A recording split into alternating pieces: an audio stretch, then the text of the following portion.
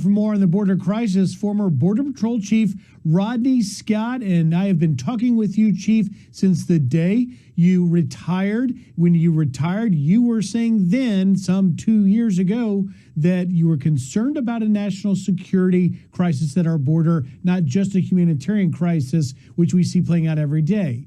And now you have the head of the FBI constantly reminding the American people that there is a concern here, and that you can't separate the openness of the border from that concern. Your thoughts? Oh, thank you for having me on again, Griff, in that background.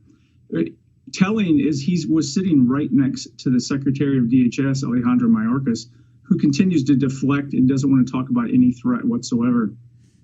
Director Wray went on to remind America, we're looking at these massive numbers, not just the encounters, but also the gotaways of the southwest border. And he reminded everybody in that hearing that it only took 19 to pull off the 9/11 terrorist attacks.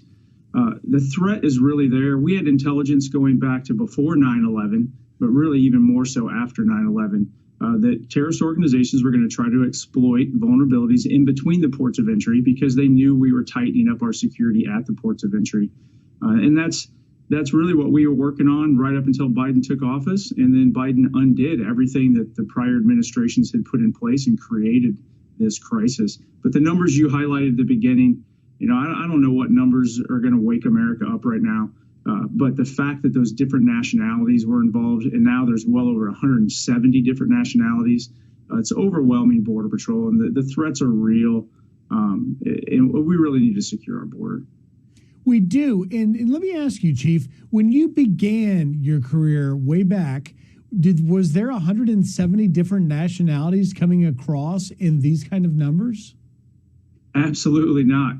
Early in my career in the 90s, we've talked about this before, the border was out of control, San Diego and El Paso, but in between the ports of entry in more remote areas, we didn't really have a lot of traffic. And it was primarily people from Mexico coming across for whatever reasons, but primarily economic reasons. And then the second wave, or the second highest numbers, were Latin America. But what we called back then exotics, just by the definition of that word, was anybody from any countries outside the Western Hemisphere. Now they're overwhelming they're overwhelming Border Patrol, and people don't understand how hard it is to process them, that there's no background information available on them. And that was the other thing Director Wray kept hitting on. I'm surprised he still has a job, actually. He kind of undercut the DHS secretary a lot in that hearing.